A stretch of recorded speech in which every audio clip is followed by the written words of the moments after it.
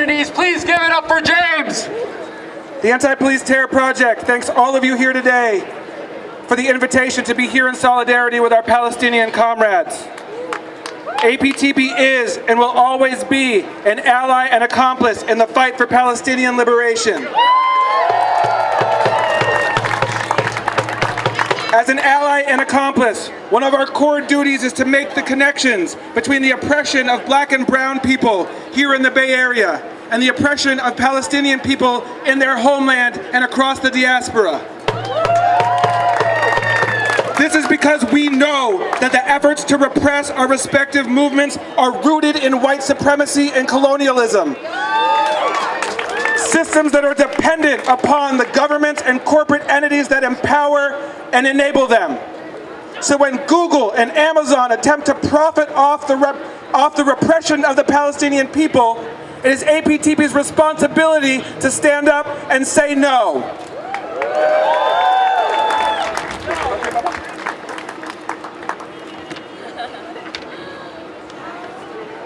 This is my little one, Justice. Justice, you want to put a fist up?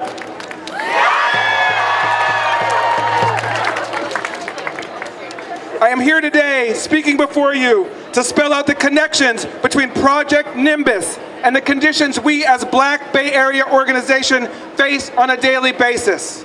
Because for us, just as for our Palestinian comrades, mass surveillance technology is used to enhance a system of control in furtherance of racist and imperialist ideologies.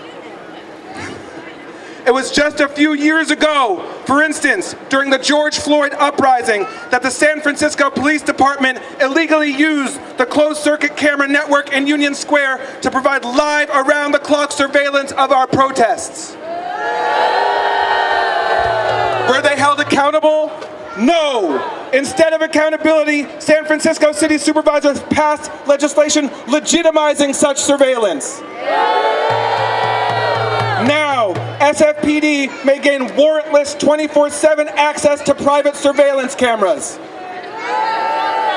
Similarly, the California Highway Patrol spent 2020 flying above protests with high-resolution cameras capturing terabytes of footage across the entire state with impunity. And just last month, Governor Gavin Newsom, in partnership with Oakland's Mayor Shang Tao, authorized the deployment of a series of automated license plate readers across Oakland's major thoroughfares. Why am I telling you this today? Because the technology that is developed and utilized against the Palestinians on their homeland is a few short years from being used against black and brown communities, Palestinian communities, and other marginalized communities here in the U.S. It is important that we identify the surveillance technology pipeline from Palestine to the United States, and specifically to California and to the so-called southern border to Mexico that carries these technologies, like those found within Project Nimbus, from their genesis in the hands of Israeli military to their use here in the Bay Area across the state. For example, in 2019, U.S. Border Patrol contracted with Elbit Systems, an Israeli military contractor, to provide persistent surveillance of the Tohono O'odham Reservation. A 160-foot surveillance tower gave Border Control the ability to monitor every person and vehicle within a 7.5-mile radius. Border Patrol is one of dozens of law enforcement agencies across the United States that are actively soliciting Israeli military contractors for their latest and most effective technologies, whether they be drones, cell site simulators, facial recognition technologies, artificial intelligence technologies, and more. The Los Angeles Police Department, San Francisco Police Department, the Oakland Police Department, they all benefit from these technologies. And so when Amazon and Google contract to provide surveillance and AI technology for use against Palestinians, it is only a matter of time before that tech finds its way back to our state and local law enforcement for use against black, brown, and indigenous peoples here in the Bay Area. This is one of the countless reasons why it is imperative for us to say no to these technologies here and now. No! We do not accept their use against our Palestinian relatives on their homeland, just as we do not accept their use against our people here in the Bay Area. But as I said in the beginning, we are here first and foremost as allies in the fight for Palestinian liberation. And in support of that fight, we say no to Google, we say no to Amazon, and we say no to Project Nimbus. We are proud to fight alongside you all, because, in the words of David Gilbert, when we fight, we can win. Thank you. My name is Dayton Andrews. I'm a local school teacher and a BDS activist here in San Francisco. And you're here today in front of Google conference. What's the issue, and why should teachers be involved with this? Well, I don't really think it's an issue of any particular strata of society. The reality is if we believe in progressive values, we can't support apartheid anywhere. You know, we look at. I'm just coming back from spending too much in the West Bank. You know, I've seen it myself. The system of racial apartheid they have in the West Bank, they have in Israel, in the other occupied territories. It's a relic of past ages. It's not much different, and in some ways more intense than the Jim Crow system we used to have here in the States. So for American companies, the American government to support that, we have to stand against that. We have to condemn that. And teachers and students in Palestine, they come under a lot of repression? Well, if you're a teacher, you know, surprised if the Palestinian Authority is willing or able to give you your wages. I talk to public teachers who've gone 2 months without collecting their wages, and they still teach the kids. I've talked to students who have to deal with their friends getting shot and killed by Israeli soldiers. Meanwhile, Facebook censors their posts because they use the word occupation. It's ridiculous. And teachers here are under attack. They're talking about closing 30 schools in San Francisco. They don't have enough money for public education here. You think it's going to the wars?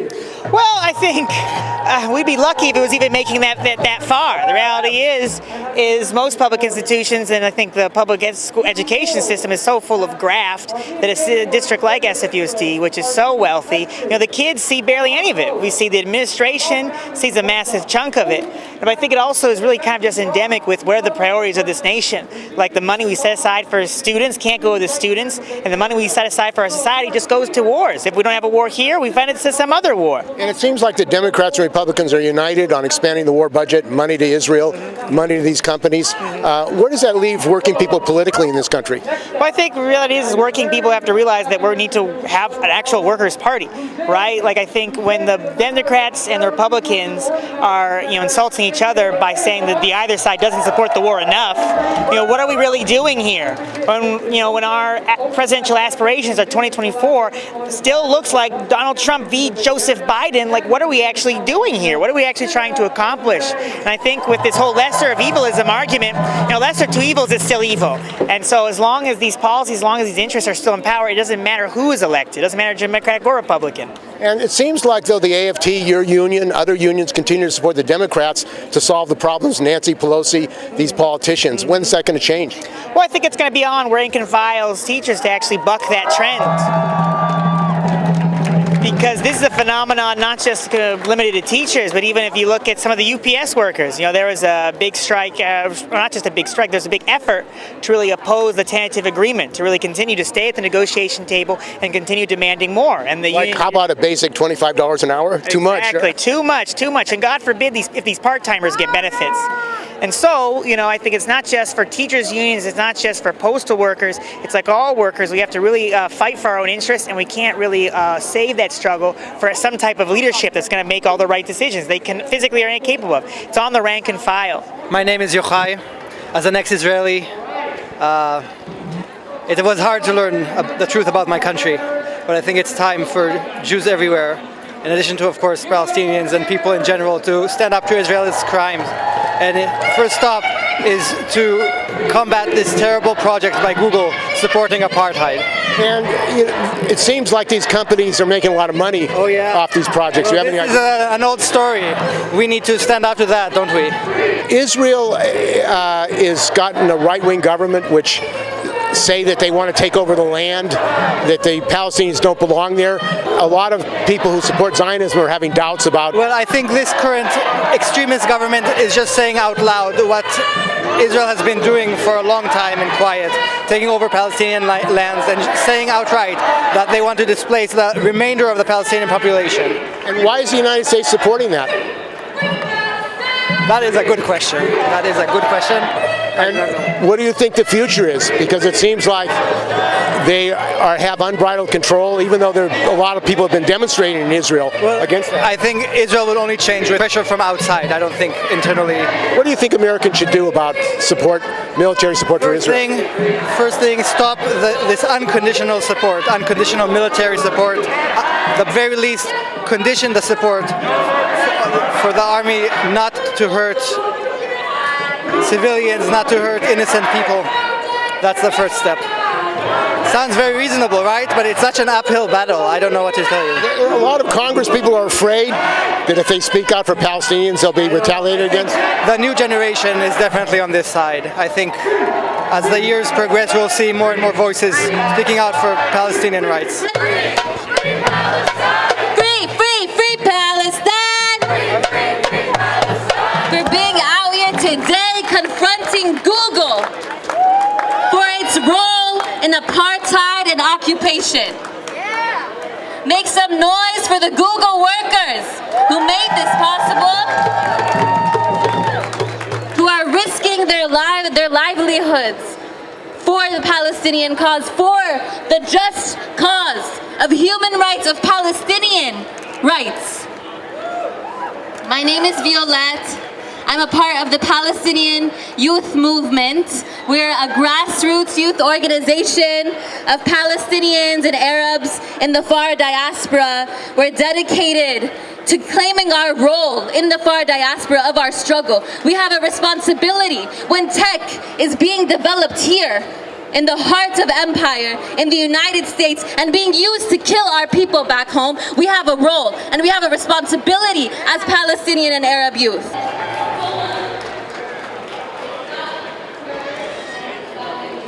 That was a false interaction. We're demonstrating against Google supporting the securocratic state of Israel against Palestinians and export beyond.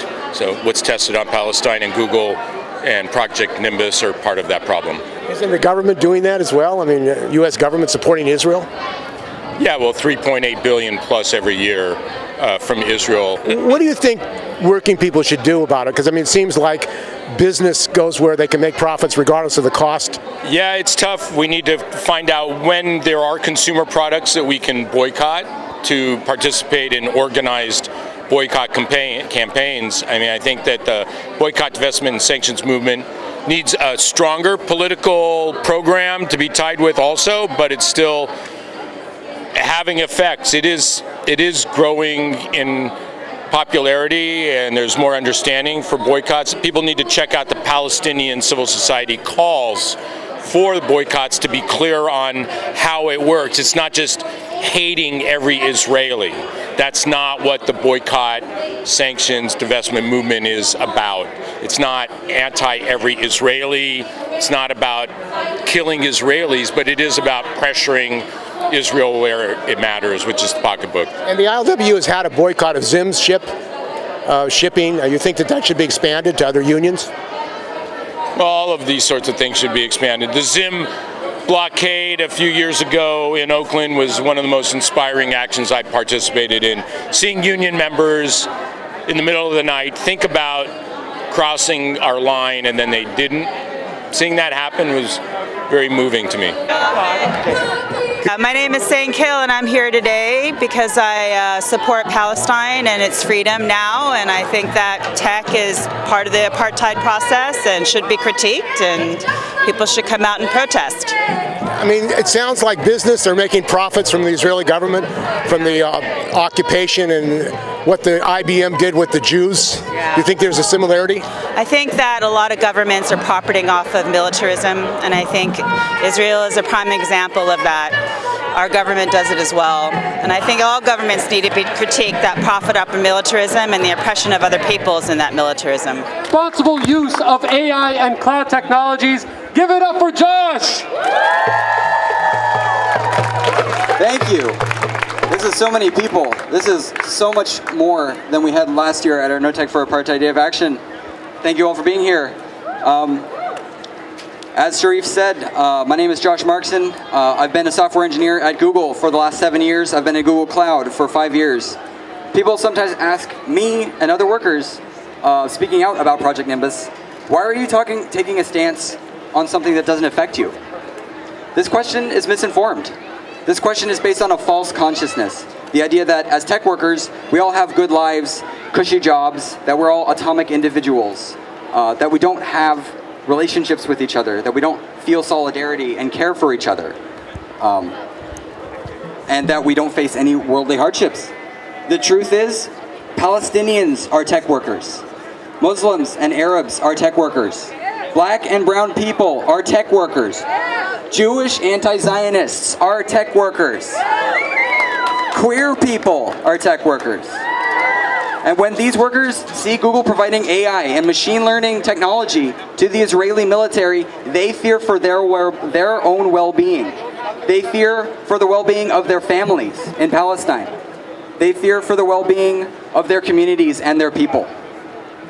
As my colleague Ray earlier showed us, we aren't just here speaking on behalf of our own individual selves. With us, Googlers that have faced repression, retaliation, and intimidation from Google.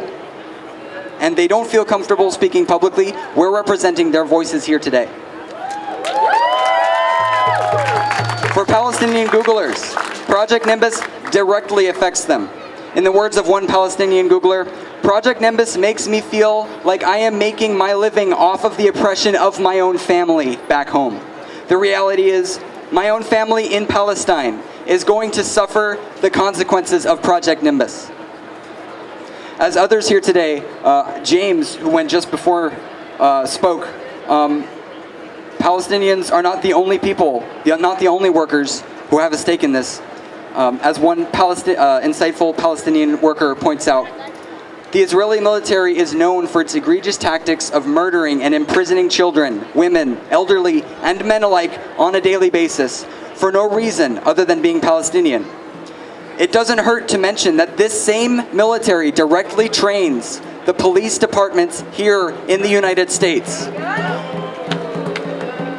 Its fatal tactics that are tested on Palestinians are then used on black and brown folks here in the US. Therefore, by building the tool and investing further in the development of their weaponry and surveillance tactics, Google is also indirectly strengthening the testing grounds for bringing fatal police tactics back here to the US, impacting our black and brown brothers and sisters. End quote. Almost in response, one black Googler said, this was not in response, but one black Googler said, "When I see the map of Palestine unidentified on Google Maps, I feel the pain and uneasiness of a group of people ostracized for their beliefs. I feel the strength of the echo of their voices, and I cannot turn away. I am not Palestinian, but I stand in solidarity with the oppressed. Project Nimbus is, in my opinion, an abuse of power from a company designed to help people, not just an opportunity to gain market share in cloud computing." End quote. Workers are members of the communities and peoples here today. There is not a separation. That is not an issue that doesn't affect us. Google is desperate to prevent more workers from realizing this truth. One way Google Cloud leadership is doing this is by ratcheting up pressure on workers to perform, sell, grow at any cost. Googlers think that they have to compete with each other just to stay on the job, leaving little space in their minds for thinking about ethical considerations that Google promises that they make. Last year, in an article in Business Insider, we learned that Google sales workers were told en masse overall examinations of productivity in general will be carried out, and that if results do not look up next quarter, there will be blood on the streets. These are words that Google executives have told sales employees.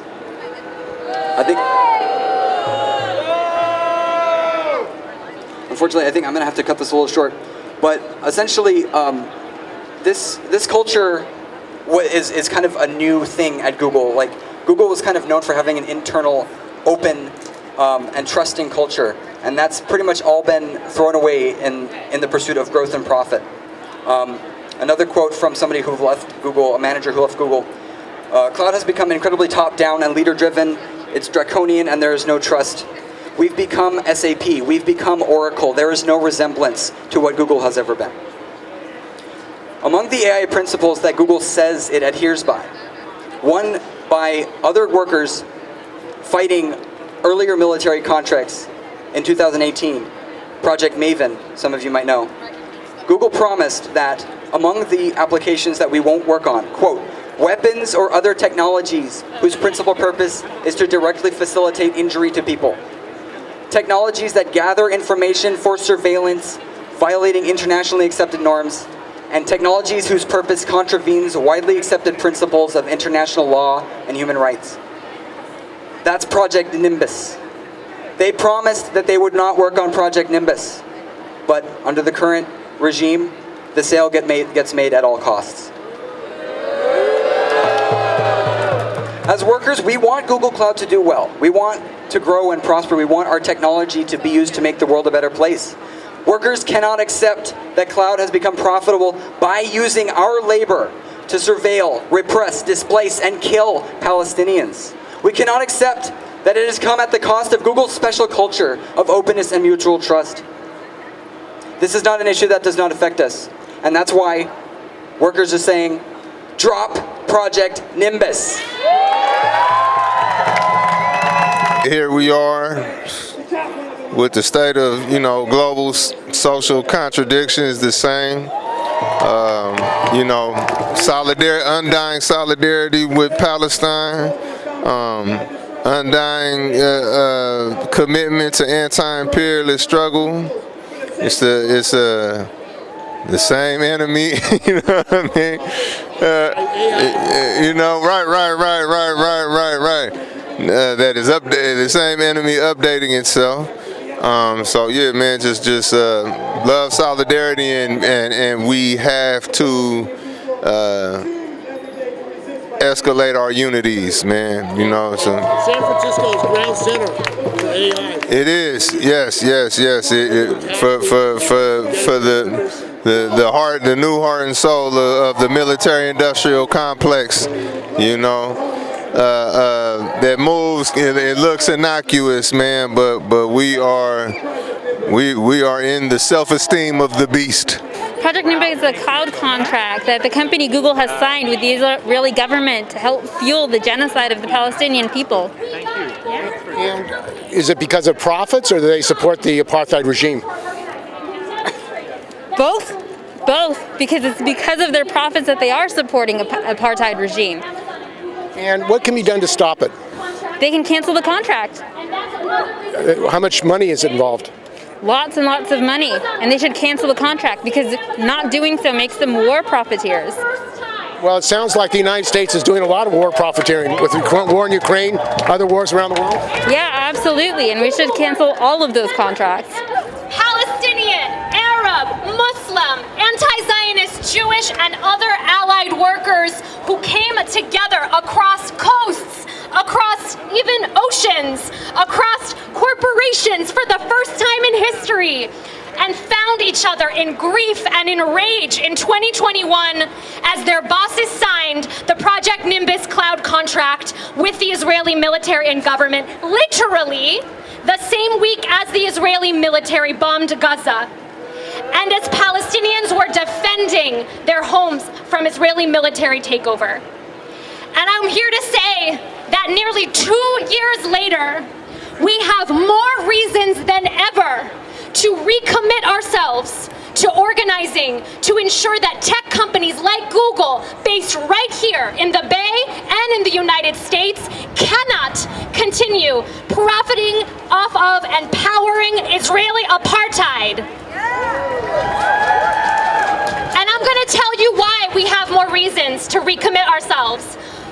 When Google is providing technology to and hosting the data of an apartheid government that is explicitly Jewish supremacist, an Israeli government that maintains a separate and unequal system that rules over all parts of Palestinian life and yet denies Palestinians basic rights, denies many Palestinians the right to elect politicians that have power over their lives, denies Palestinians the right to travel freely, to go to work, to school, to visit their family, to build a home, and be safe in that home. Yes. As Google provides technology to the Israeli government, the same government that denies Palestinians all these rights and since we have started this campaign, has even said the quiet part out loud. Its own prime minister and other representatives of the government have said what Palestinians have been saying for decades, which is that they openly admit that this is a society which values Jewish Israeli lives over Palestinian lives and is committed to ethnic cleansing, to quote, wiping out whole Palestinian villages.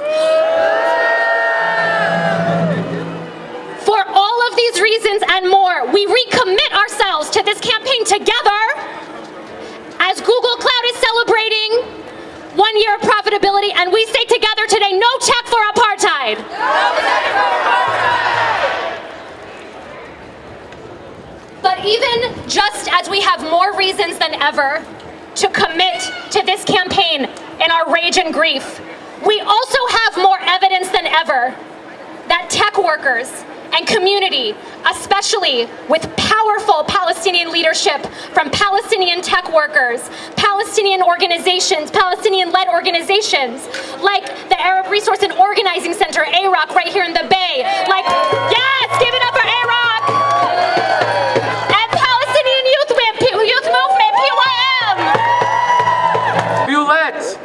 Pierre Labossière with Haiti Action Committee. And you're here today at a rally to defend Palestinians against the Google and Amazon making money off the Palestinians. What's the situation and what is the connection with Haiti?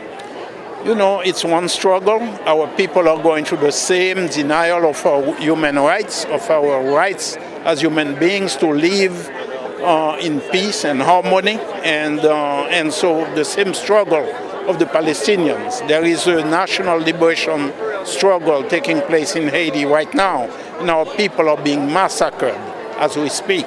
So we feel a great sense of connection, a great connection with the people of Palestine in their resistance against oppression and against apartheid. In Haiti, we too have apartheid, and our people are being murdered as they are saying no. No to imperialism, no to the destruction of life, and they want to stand up as human beings and live happily without having to flee their homeland. Even sentiment analysis that claims to assess the emotional content of pictures, speech, and writing. Let them assess the emotional content of this action. Let them hear loud and clear that this project is vehemently rejected by workers and community alike. There's no such thing as neutrality when it comes to state-sponsored terror against colonized people. In whose hands will this technology ultimately end up? Not just Israel's. It's bad enough that it's being given to the Israeli army. Families in Gaza have become lab experiments for these types of tools. After these tools are tested on them, they are packaged and sent to authoritarian governments and law enforcement agencies all over the world, including right here in the Bay Area, primarily to be used against the poor, working class, black and brown communities. We cannot claim to be a city that supports working communities when we allow technologies to be developed for targeting occupied populations and then shared with ICE and law enforcement. Palestinians are a refugee population. San Francisco is a sanctuary city made up of forced immigrants. Our struggles are intertwined, and our aspirations for dignity necessitate solidarity. When we oppose Project Nimbus, we are standing not only with Palestinian people, but with all oppressed people. We recognize the immense power of workers, the necessity of solidarity, and the importance of having the political will to stand by what is right. That is how change happens. AROC thanks all of the workers standing with us today. When community and labor come together, we make it clear that in the Bay Area, there is no room for supporting apartheid and racism. No more tech for apartheid. Long live international solidarity. Thank you. My name is Ritik. My name is Felix. We are both members of the League of Filipino Students at San Francisco State and part of BAI in Northern California. Can everyone hear me? Today, we wish to reflect upon the shared struggle between the Philippines and Palestine against the oppressive force of U.S. imperialism. While separated by thousands of miles and differing cultures, the people of the Philippines have found common ground in the Palestinians' unwavering fight for justice, self-determination, and sovereignty against the Zionist entity backed by U.S. imperialism. The Philippines stands as a testament to the enduring impact of colonization. From the Spanish colonizers in the 16th century to the subsequent and equally brutal occupation by the United States, the Filipino people have weathered oppression, displacement, and relentless quest for freedom.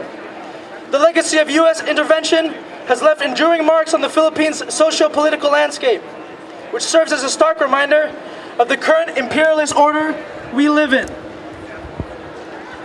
that has existed since 1948, after the Nakba, which was only 2 years after our fake independence. Our reactionary armed forces are trained up by the IOF, both of whom are trained up by U.S. imperialism to keep their settler colonial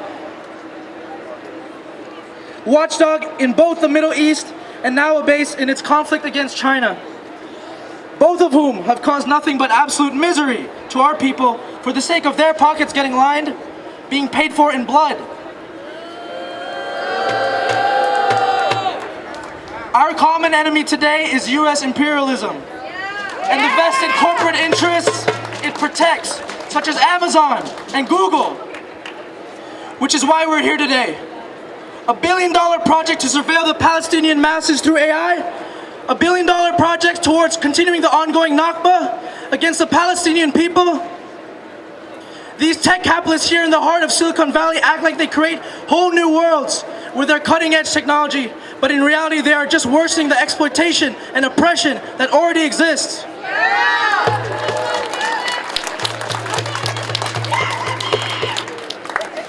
This AI from Google, Microsoft, Meta, and the whole slew of them are run on digital workshops subcontracted in places such as Dhaka, Bangladesh, to southern Philippines, with workers slaving away to as little as $6 a day.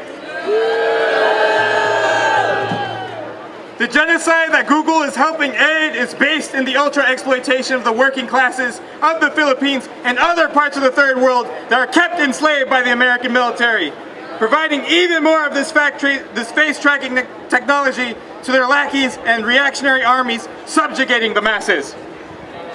Is this the cutting-edge future that we want? No! Do we want our peoples to be kept under constant occupation? Anderson. Shane is a software engineer in network infrastructure who has had experience working at both Amazon and Google. Shane began their career not knowing much about Project Nimbus, but after learning about it, could simply no longer ignore it, in their own words. Give it up for Shane.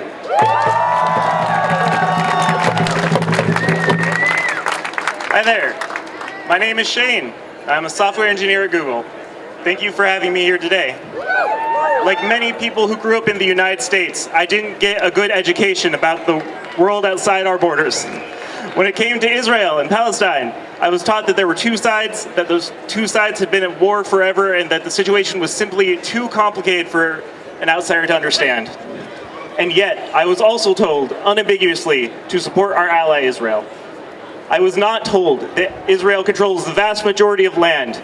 I was not told about the walls that enclose the West Bank. I was not told about the segregated roads and countless checkpoints that limit the freedom and movement of Palestinians, but not Israeli citizens. I was not told about the laws that allow Israeli settlers to push further and further into occupied Palestinian territory, shrinking it year after year. It was not until after I joined Google that I learned about the widespread use of surveillance technology, already using facial recognition, and Google's Project Nimbus. I am neither Palestinian nor Jewish, but I feel that I have a moral obligation to speak out, especially as a Google worker.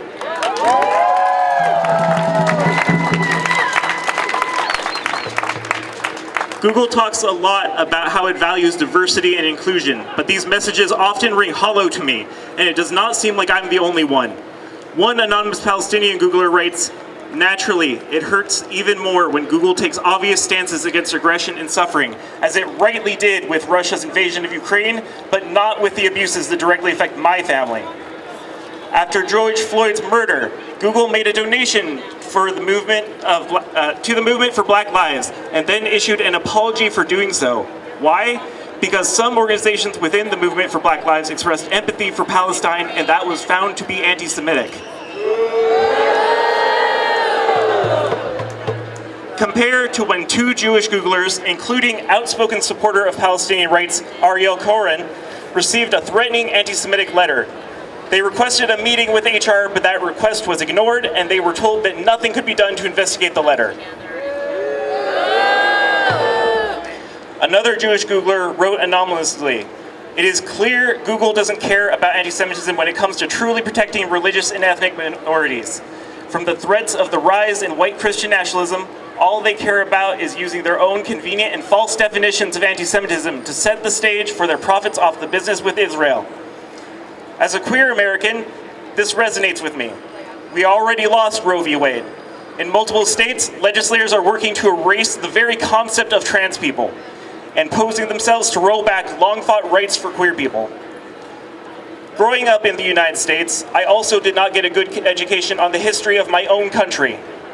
My teachers downplayed our own history of settler colonialism, which has been used and continues to be used today, many of the same tactics used today in Palestine. Google is increasingly integrating into the military-industrial complex. The tech used in Israel is reliably exported around the world, including here to the US. In 2021, Google sent a sales rep to a convention for the US Immigration and Customs Enforcement Agency, also known as ICE. The convention was for Raven, a platform being developed by ICE to surveil individuals encountering the immigration system and by buying and aggregating data from across social media sites and other data brokers. In 2022, Google Cloud bid on and won a contract with the US Joint Warfare Cloud Fighting Project. In that same year, Google created a dedicated subsidiary, Google Public Sector, for which that works with governments in the US and abroad and serves as a container for this sort of defense contracting work.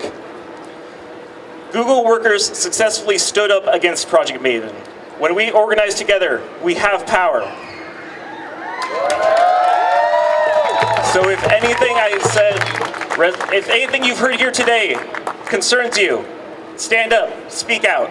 And to everyone who came here today, thank you.